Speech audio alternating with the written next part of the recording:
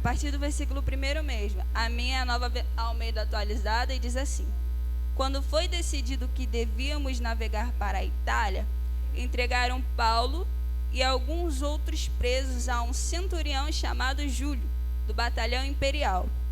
Embarcando no navio de Adramite, amém, aleluia, que estava de partida para costear a província da Ásia, Ei, gente, rapidinho, aqui parando o vídeo, mas não saia do nosso vídeo ainda, hein? Só para lembrar vocês, ó, inscreve em nosso canal, curte, tá? E compartilha, para que esse trabalho continue mais avante, tá bom? Muito obrigado e continue com o vídeo. Fique com Deus. Demos-nos ao mar, indo conosco Aristarco, o macedônio de Tessalônica. No dia seguinte, chegamos a Sidom. Júlio, tratando Paulo com humanidade, permitiu que ele fosse ver os amigos e obter assistência. Partindo dali, navegamos ao abrigo da ilha de Chipre. Eu vou voltar e repetir essa parte. Partindo dali, navegamos ao abrigo da ilha de Chipre, porque os ventos eram contrários. E tendo atravessado o mar ao longo da Cilícia e Panfilha, chegamos a Mirra, na Lícia. Nesse porto, o centurião encontrou um navio de Alexandria, que estava de partida para a Itália, e nos fez embarcar nele. Eu vou agora ler o versículo 12, é o último versículo. Não sendo porto próprio para invernar, a maioria deles era de opinião que deviam partir dali, para ver se podiam chegar a Fenícia, e aí passar o inverno, visto ser um porto de Creta, que olha para o noroeste e para o sudeste. Só até aqui. Na verdade, eu ia trazer outra mensagem para os irmãos, só que o Espírito Santo começou a me incomodar muito. E aqui, enquanto eu li, o Espírito Santo ele começou a falar ao meu coração. Paulo ele estava preso, a gente sabe disso. Anteriormente, a gente sabe que o Espírito Santo já havia usado um profeta para falar com ele: olha, se você for em Jerusalém, assim como o profeta pega o cinto de Paulo, assim como eu estou fazendo aqui, ó, amarrou os pés dele, amarrou as mãos, vai acontecer com o dono desse cinto. E aí o Senhor não deixou Paulo enganado, e Paulo sabia muito bem o que aguardava ele. Paulo chega, de fato, ele é encontrado no templo, se não me falha a memória, e ali ele é preso, fica 2 anos, aí troca um homem lá para, enfim. E aí ele é mandado para a Itália, porque ele queria ver César, queria ser julgado por César. E algo interessante, irmãos, porque enquanto eu li esses 4 versículos, o Espírito Santo começou a falar comigo. Raquel, qual era o ponto final?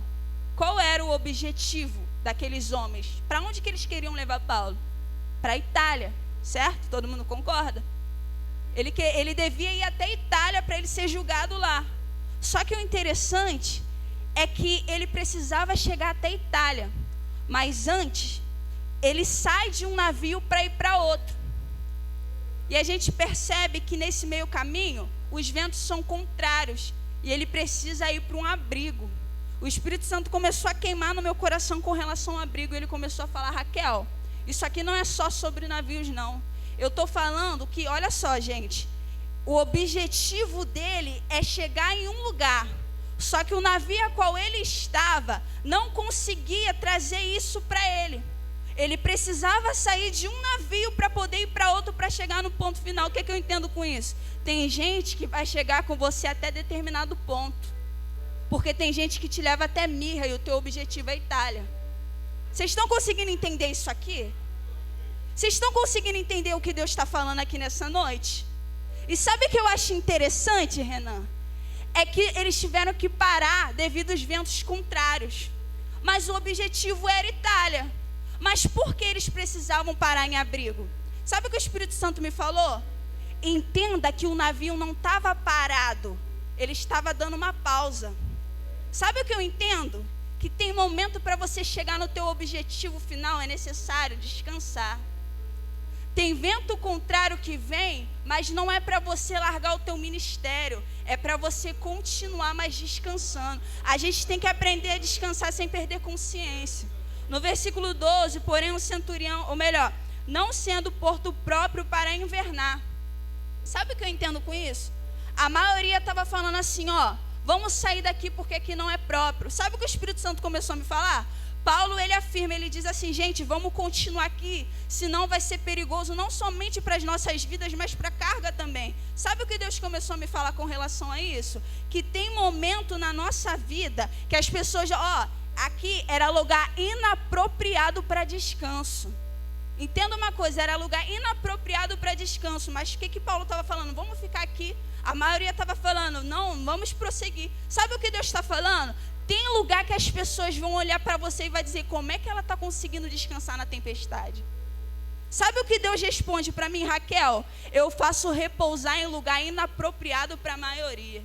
Que essa noite nós venhamos entender que o Espírito Santo, ele é o Deus da tempestade. Ele é o Deus que te leva para o abrigo para te trazer descanso. Continua crendo no Senhor. E assim a grande responsabilidade, em nome de Jesus. Amém.